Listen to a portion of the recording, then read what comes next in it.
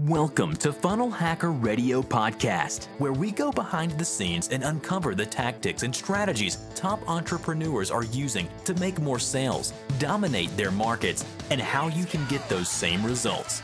Here's your host, Dave Woodward. Welcome back to Funnel Hacker Radio. Today is another day where you get the opportunity of having both myself and Julie Stoian on the call. Welcome, Julie. Hey, hi, everybody. So glad to be here. If you haven't already listened to Julie, she did her own podcast with me when we first started, what seems like an eternity ago.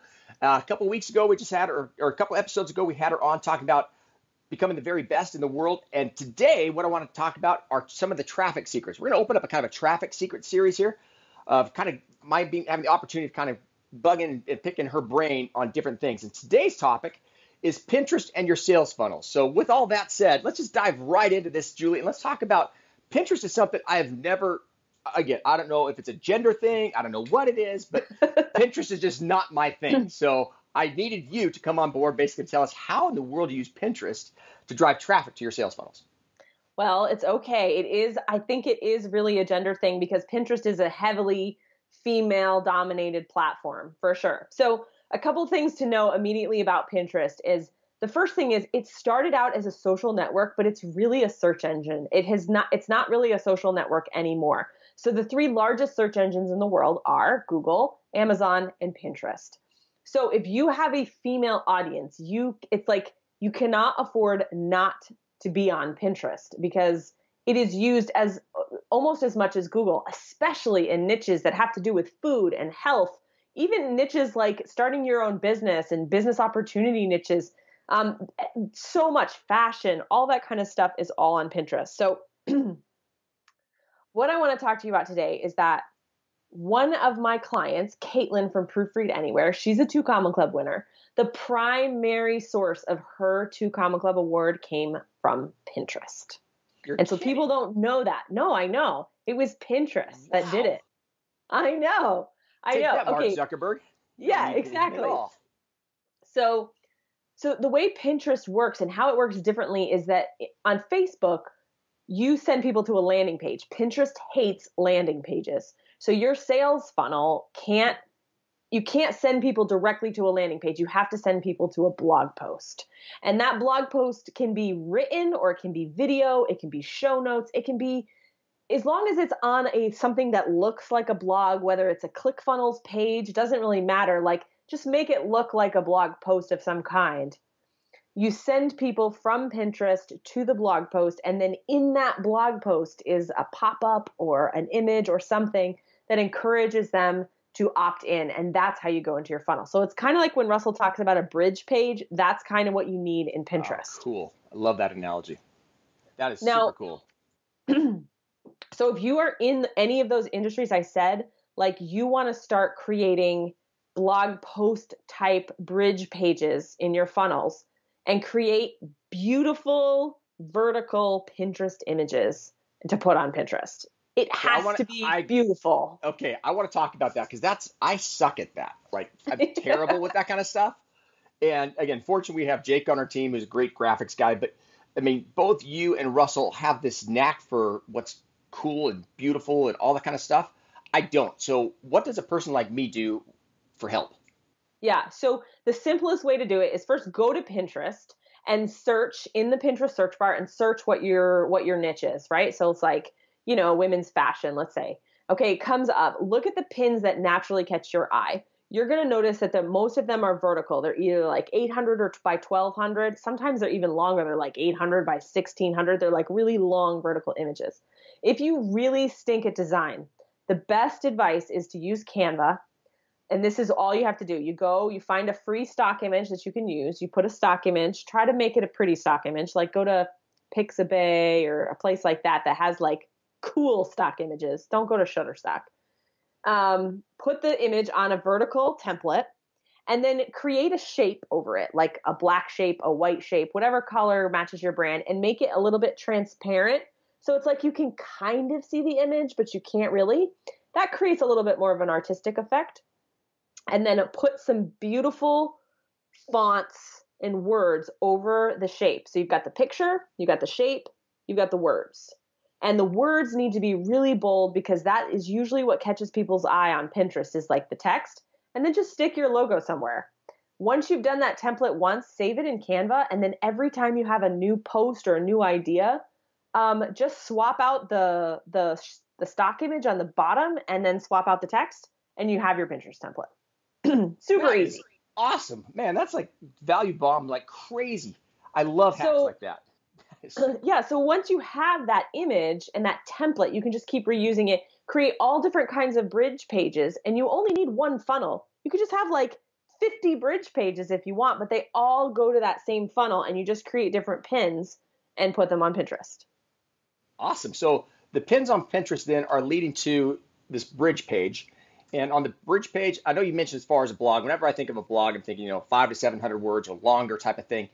What types of things can I have on that bridge page and what things can I not have? Well, so all I know is that Pinterest just doesn't like it when it's like a squeeze page where it's like there's no it's like just like a headline and an opt-in. They don't like that. So let's say even your show notes for your podcast, right? You put your podcast, you put the show notes. That's plenty. Like it's just some sort of content that they can consume. It doesn't have to be like this big long blog post. Huh. I might actually start using Pinterest for this Funnel Hacker Radio show now.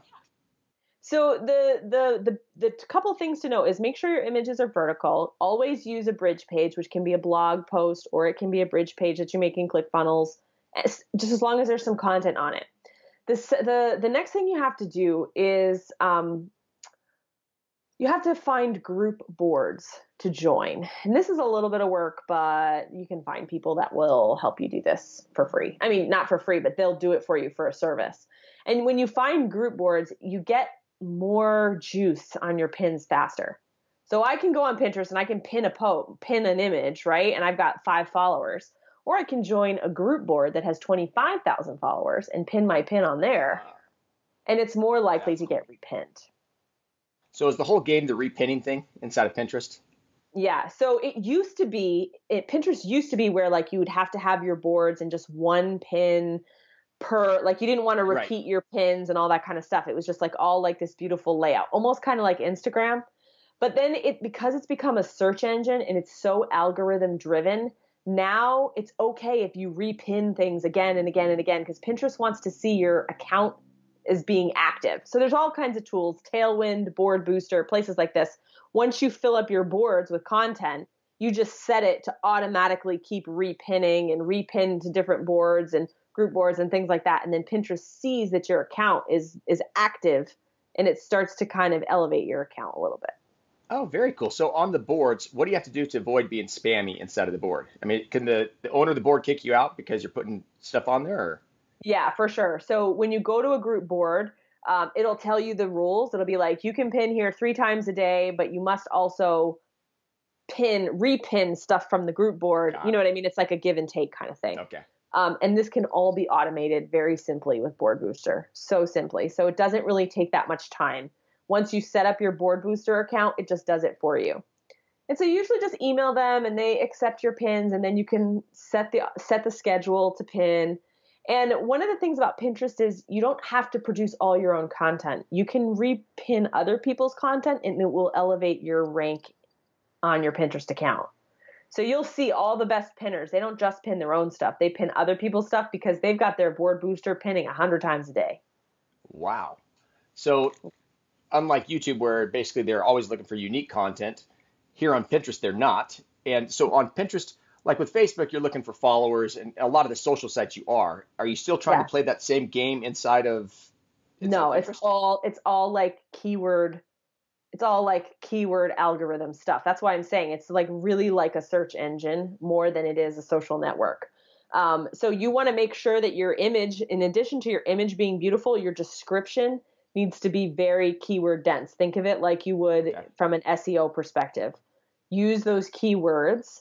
And the best way to find group boards is to find somebody really big in your niche. So like, let's say you're in food. So you type in food babe, right? And you go to the food babe's Pinterest profile and you look at her boards. Chances are she's on a bunch of group boards, and just click on her boards And then you can see who the owner is and what the requirements are, and you can see if you can get on that group board. That is awesome.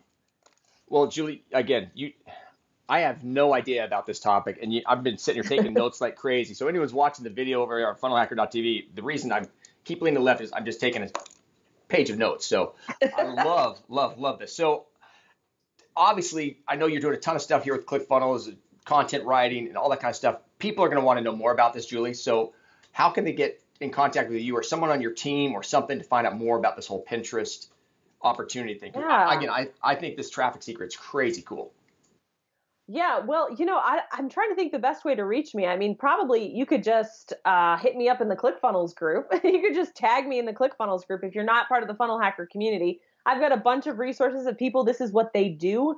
They do the scheduling for you and all that kind of stuff. So I can definitely send you those names if you want to like really up your Pinterest game, because it will. Yeah, it works. It works just like SEO works. But, in those female-driven industries, it makes a huge, huge difference. And this is all like, it becomes free traffic. I mean, I know that's like the golden ticket, Yeah. Awesome. Well, Julie, before we wrap things up, anything else you want to say about Pinterest? Just don't get overwhelmed and think that you have to be this massively cool blogger to get on Pinterest, because you can just make a couple bridge pages and get on those group boards, and you can start to gain some momentum. That's awesome. So go ahead, guys, run out to clickfunnels.com, get yourself a free trial. There you can go ahead and use ClickFunnels to create all those fun pages that Julie was just talking about. And that way you guys will have bridge pages, and they can go directly straight into your opt-in and generate a ton of cash. And hopefully, just like Julie was able to do for one of her clients, we soon will have you as one of our 2 Comma Club winners, just like Julie is.